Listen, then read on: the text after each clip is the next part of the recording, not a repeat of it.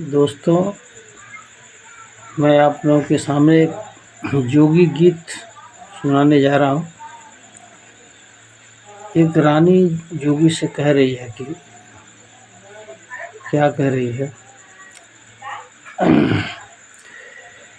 हाय रे सबके दुआरिया जोगिया फेरिया लगावला रे, फेरिया लगावला हो। हमारी दुआरिया कहे नहीं आवल हो हर हमारी दुआरिया कहे नहीं आवल हो तो कैसे के आए रनिया तू हरी दुआरिया रे, तू हरी दुआरिया हो। कुकुरा भुकल पहरू जागल हो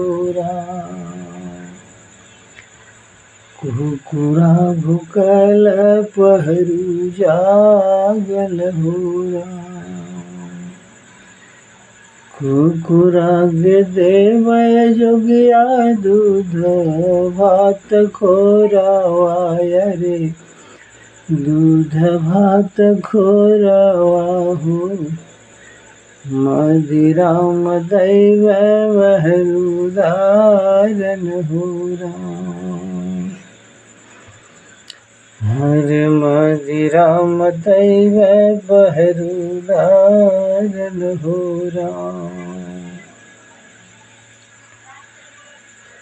घड़ी राति गईलिय पहर रतिया गईलिय पहर रतिया गईलिय हो। बसिया बजावत जोगिया आवल हो हर बसिया बजावत जोगिया आवल हो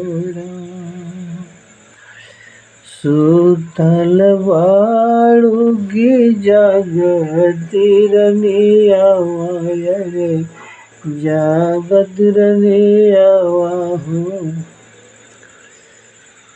आई के बैठा हमरे पासन हो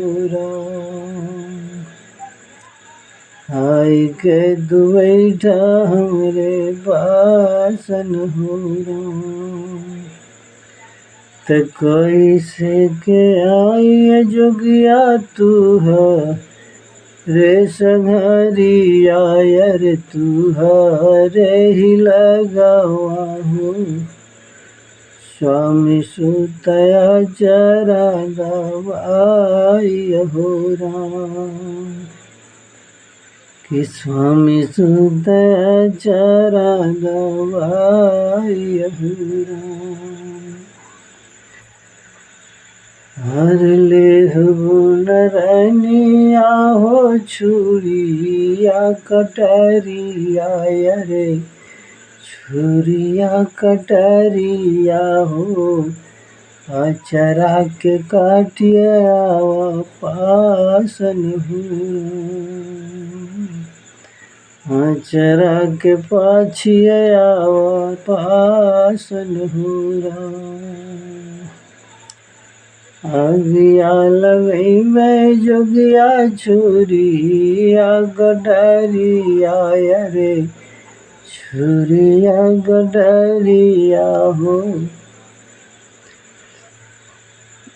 स्वामी के सुरतिया जनवा मारल हो